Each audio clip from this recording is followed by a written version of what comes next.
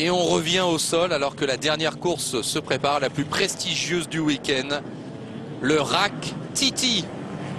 Donc le Tourist Trophy Celebration par le Royal Automobile Club. Et là, nous avons affaire à des GT et nous avons affaire à une course avec équipage et changement de pilote obligatoire.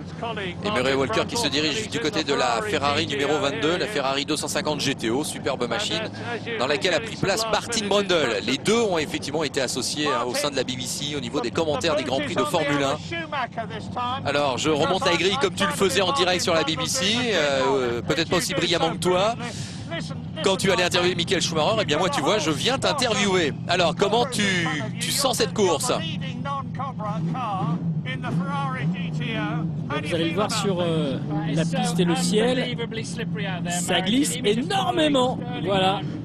Première constatation de Martin Brundle a signalé que le pilote de la safety car de la Pescar, c'est ni plus ni moins que Sir Sterling Moss. Qui est donc officiellement en retraite de toute compétition automobile, vous le savez, mais qu'on retrouve quand même derrière des volants quelquefois. Le ciel qui s'assombrit un petit peu. Alors Kenny Brack, mais oui, Tom Christensen en pôle, Anthony Reid on le retrouve, Jochen Mass, Oliver Bryant, Nicolas Minassian. On retrouve un petit peu tous ceux qui ont participé à ce week-end de Goodwood pour cette dernière course du week-end. Et relais obligatoire au milieu. C'est parti! Avec un ciel sombre, noir et Kenny Brack qui fait un superbe départ oui, alors, devant Jochen Mass. Ciel sombre Patrick, mais regarde, piste humide. Ah oui, carrément. Voilà, les essuie-glaces. On est avec Martin Brundle. Regardez, admirez surtout ce qu'ils font faire au volant pour garder la voiture sur la piste. Et bien Brundle, il ne perd pas de temps avant de s'emparer de la deuxième place. Kenny Brack a plusieurs longueurs d'avance. Nicolas Minassian, il est là au volant de la voiture numéro 16. Il est associé au propriétaire de la voiture, Klaus Werner. Oui. Cette voiture qui avait un surnom. Oui, la Bread Van. Voilà. Donc littéralement... pour aller chercher le pain. Oui, c'est cela. C'est vrai à cause de ses formes un peu bizarres. C'est peut-être pas la plus racée, la plus élégante des Ferrari de l'histoire. Elle a été reniée par Enzo Ferrari, cette voiture. Elle n'existe qu'à un seul exemplaire et il semblerait même que les ingénieurs et les concepteurs ont été priés d'aller chercher du travail ailleurs et qu'à un moment donné il avait même refusé que l'emblème de Ferrari soit sur la voiture. Déjà un abandon manifestement pour la voiture d'Anthony Reid.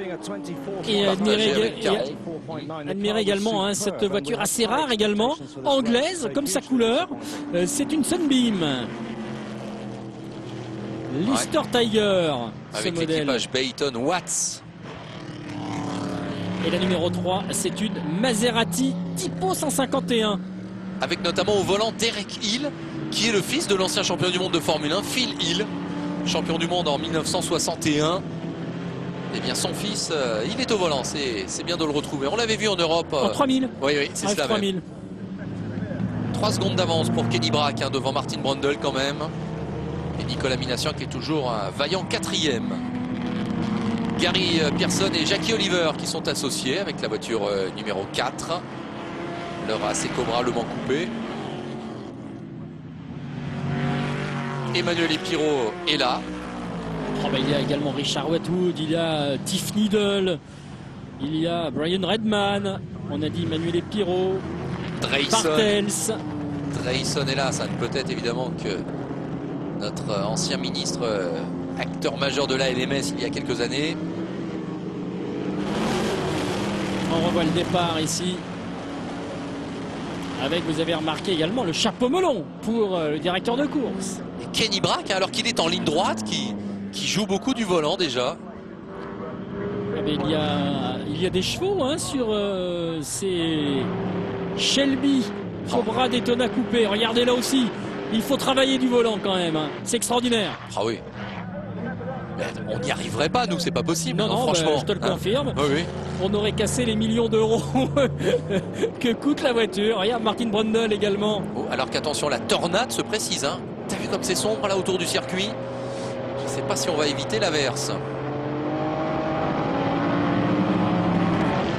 Et c'est une Ferrari apparemment qui appartient à Nick Mason, le batteur des Pink Floyd. Une de plus, j'ai envie de dire. Une de plus. Tous les disques des Pink Floyd sont ressortis remasterisés, Patrick. Hein, tu as vu ça. Hein, tout à fait vrai. Oui, là, attention.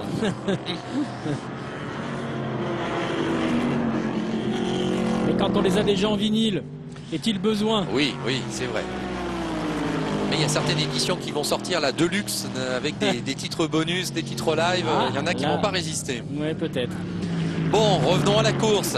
Alors, Nicolas Minassian à la bataille. Avec Cheever, Eddie Cheever et la Cobra numéro 98. On rappelle hein, qu'il va y avoir passage obligé dans les stands.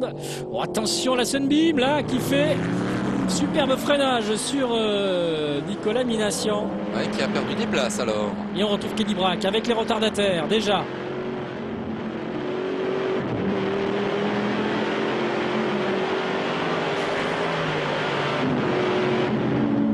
Il prend un tour à l'équipage Alexander Horner. Je me demande si jusqu'à quel point le Horner n'est pas Christian Horner. Hein? Ça serait pas illogique. Oui, mais franchement, c'était pas une image à nous montrer parce que prendre un tour à une Aston Martin, des B4 GT, c'est triste. Oui, c'est triste.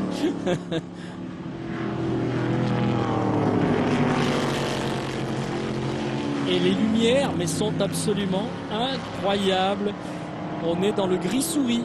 Et on espère que la course va sourire justement aux pilotes qui sont devant. J'ai quand même le sentiment que le mauvais temps se rapproche. Oh, attention, le tataqueux, grande vitesse là pour la Sunbeam.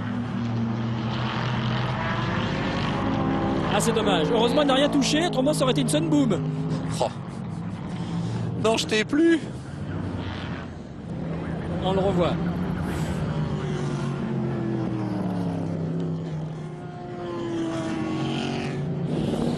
La numéro 22, c'est Brundle, donc toujours deuxième. Là, ah, ça y est, il commence à pleuvoir. Énorme les gouttes de pluie sur le pare-brise de la Ferrari. C'était déjà difficile à conduire, alors là maintenant, ça va être encore plus dur. Cela étant, les essuie-glaces ont l'air de pas mal fonctionner. Et Murray Walker, oui, qui soutient à fond Martin Brundle, sauf que devant, Kenny Brack contrôle parfaitement la situation.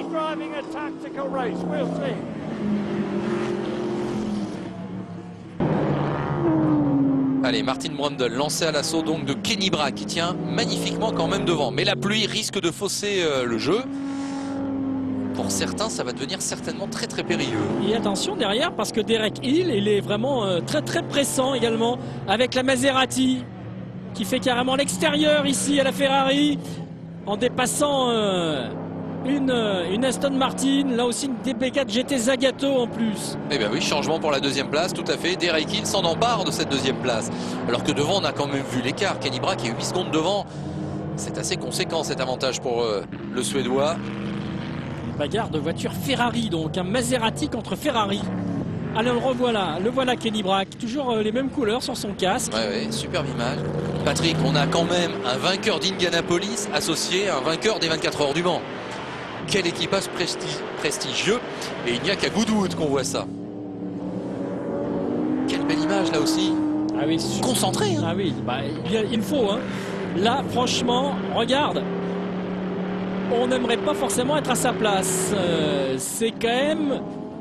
incroyable ces coups de volant. Ouais, c'est du funambulisme. Oui. Alors, est-ce qu'on va rentrer au stand? Non, mais c'est ouvert. Hein. Pit lane open, vous le voyez. Et tout le monde reste assez stoïque, finalement, sous la pluie battante. Du côté du muret des stands.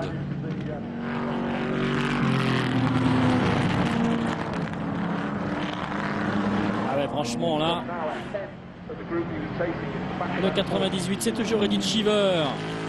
Avec la voiture que partage et que pilote pour l'instant Joran Mas. Élimination qui se refait une santé là avec la pluie.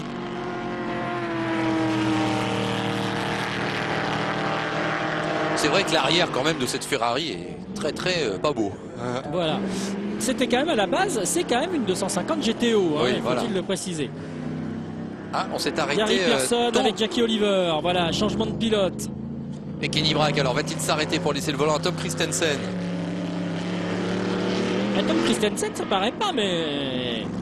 Allez, on va pas dire qu'il a la pression, mais enfin quand même, la prestation de Kenny Brack, impressionnante. Et non, il continue. Il continue. Quand il va devoir prendre le volant, il ne faudra pas qu'il parte à la faute. Le voilà. En tout cas, lui aussi, il est tranquille hein, pour l'instant, stoïque. Alors que Eddie Cheever et Nicolas Minassian la bataille. Et ça continue là aussi. Nicolas Minassian a effectivement été pilote kart, hein, faut-il s'en souvenir, au sein de l'équipe de Chip Ganassi. Eddie Cheever, lui aussi un ancien vainqueur d'Indianapolis. Il est passé le français, bravo. Ça ne s'est pas touché, mais c'était limite, juste devant. Eh bien, c'était une Lister Jaguar coupée avec atout des Frankel. Arrêt du leader.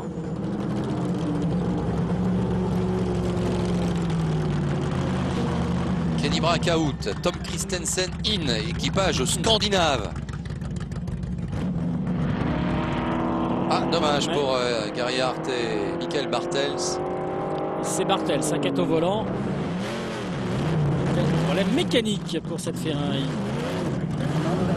C'était au millimètre hein, pour revenir sur la piste pour Tom Christensen. Vous avez fait un super premier relais, Kenny. Mais ça a été très difficile. C'était mouillé, sec, mouillé. Et c'est vrai qu'il fallait vraiment être concentré pour piloter. Mais on s'est bien amusé. Et dès le départ, vous avez pu contrôler la situation.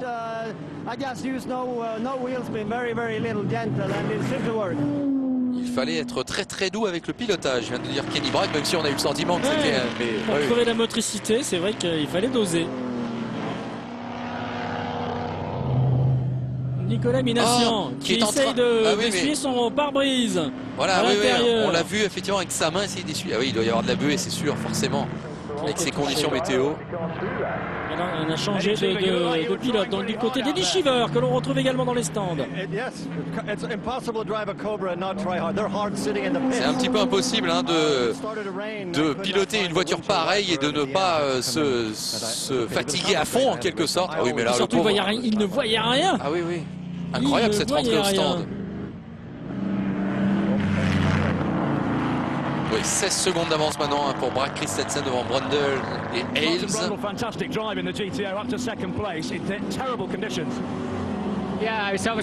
Martin Brundle qui est donc sorti de la voiture. J'étais un petit peu nerveux parce que je n'avais jamais piloté cette voiture dans des conditions pareilles. Mais bon, je me suis bien amusé. Mais là, maintenant qu'il pleut beaucoup, c'est un peu différent, je vous le dis franchement. Ouais, je ne sais pas si on va aller au bout de la course d'ailleurs, Patrick, hein, parce que là, c'est un véritable déluge qui s'abat sur Goodwood. Derek Hill qui a également laissé le volant à Colasacco. Et c'était pas évident d'aller chercher le grip, nous dit-il. Bon ben là, Tom Christensen, il assure le boulot lui aussi pour garder cette petite marge, même une belle marge d'avance. Un peu plus de 15 secondes et demie. Alors, que s'est-il passé derrière? Ah, Max Werner qui est en difficulté et qui s'en sort pas mal avec Nicolas Minassian. Ils sont toujours dans le top 5. Et la course hein, qui était censée durer 1 heure, Patrick, elle va être en quelque sorte entérinée. Le résultat va être entériné après 22 tours, 40 minutes. Et on arrête là parce que ça devient peut-être dangereux. Oui. Brack et Christensen s'imposent. On l'a dit, hein, les pilotes s'en donnent à cœur joie. Mais enfin, les voitures qu'ils conduisent sont quand même des voitures qui coûtent assez cher. Le tracé de Goodwood n'est pas quand même non plus le summum de la sécurité. Ce n'est pas la peine d'aller, franchement, aller chercher les ennuis et les accidents. En tout cas, victoire donc de Brack, Christensen, Brundle, Hales, Colasacco, Hill. Minassian, cette fois-ci, il n'est pas sur le podium. D'habitude, il nous fait un petit podium, Nico Minassian. 5e. Et tiens, mais il a carrément le cigare à la main, Tom Christensen. Comme tous les vainqueurs. Hein. Dans sa carrière, il n'a jamais vraiment eu, hein, donc autant qu'il en a un ici à Goodwood. Voilà, donc Tom Christensen, un des vainqueurs de Goodwood cette année.